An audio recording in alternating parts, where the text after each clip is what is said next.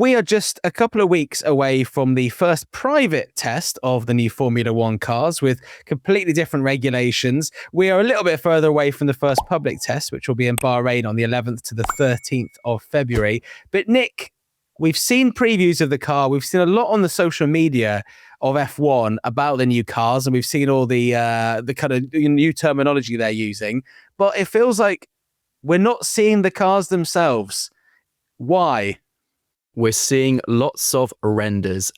Long story short, the teams want to give absolutely nothing away, and rightly so. This is the biggest regulation change in Formula One history. It's huge. It's his biggest step towards electrification. Of course, there are so many new features coming in, and they just don't want to give any secrets away, which is why it's staggering. We're seeing lots of teams announcing they'll be doing a livery launch before the first private test in Barcelona at the end of January. What's fascinating is obviously for those livery launches, don't expect to see each team's actual car. It will effectively be a model, a mule car, similar to what we've seen in the render pictures released by the likes of Formula One.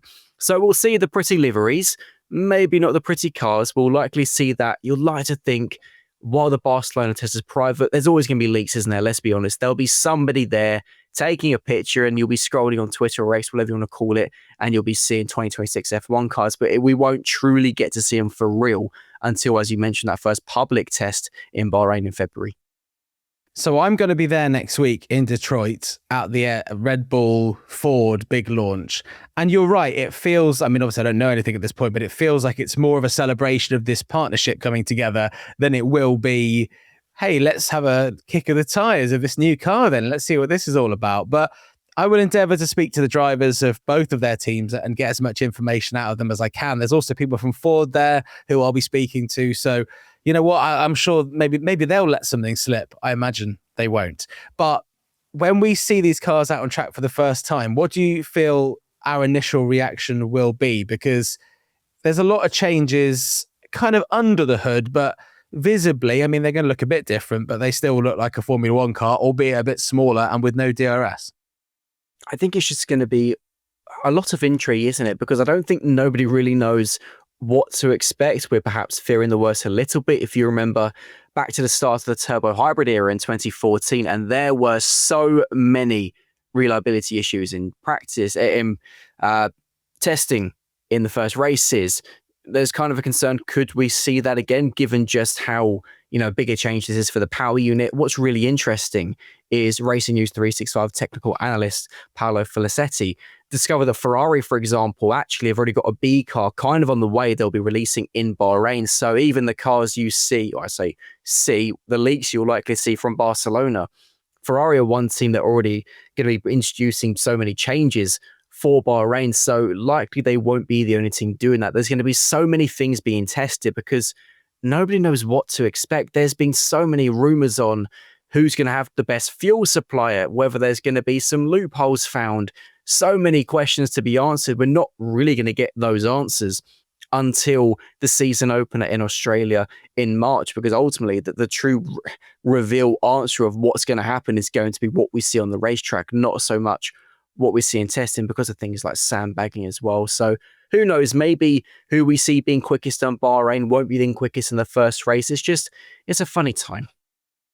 We know that with the electrical components changing and the amount of energy coming from the battery, there's been a lot of interest in the Formula E kind of technology. Obviously, they've been doing it for over a decade now. So a lot of people have been tapped up, is the word on the street or the word in the paddock that I've heard from different people. We spoke to Roger Griffiths from Andretti, and he was discussing how he's kept his team together, but he's aware of interest.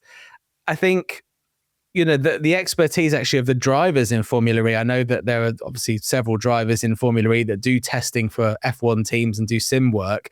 And there's at least one that's doing something on the quiet. And I'm sure there are others doing stuff on the quiet because they want to understand how drivers can manage these batteries, because it's a kind of a new skill. And I know that drivers pick up new skills really, really quickly, but it is kind of a new skill for these drivers that we're all used to seeing. It's really interesting, isn't it? Because as you pointed out, there are more Formula E drivers than you might realize working for F1 teams in the simulator. Somebody who's quite often posting pictures on their social media is Nick De Vries, of course, in the McLaren sim, because he's a McLaren simulator driver.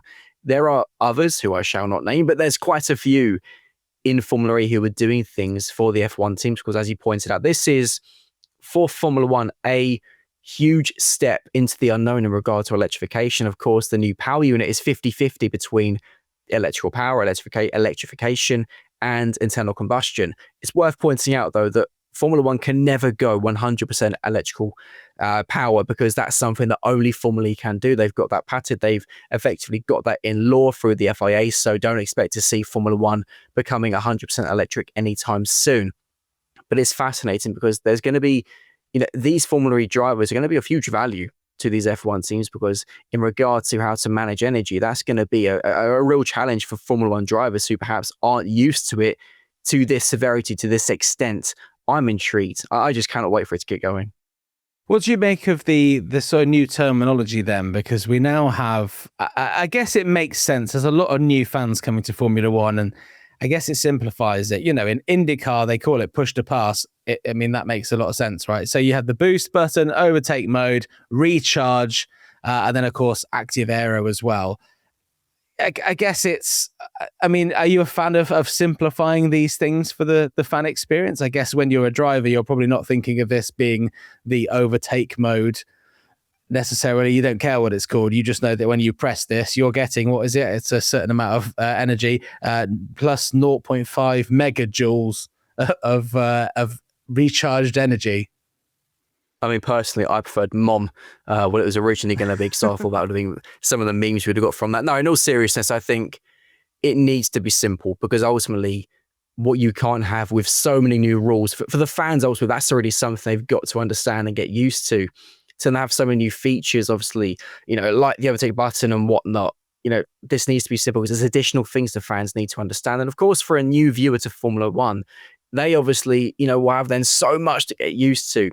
But also with F1 wanting to obviously target the younger audience, particularly through obviously Drive to Survive on Netflix, something which has been so successful as we know, they need to ensure it's simple and understandable, because if you have something so complicated, it could ultimately turn eyes away from the sport. And that's the one thing they don't want as they enter such a big unknown.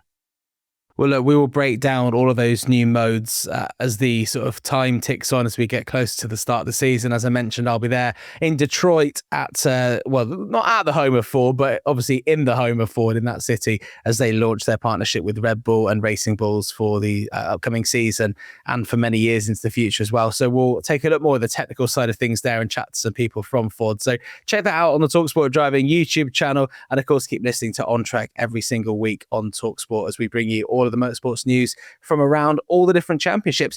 Some news that we haven't talked about so far, and it was expected, it's been rumored for a while, is that Zhou Guanyu will be the Cadillac reserve driver for this season. Why is it not Colton Herta?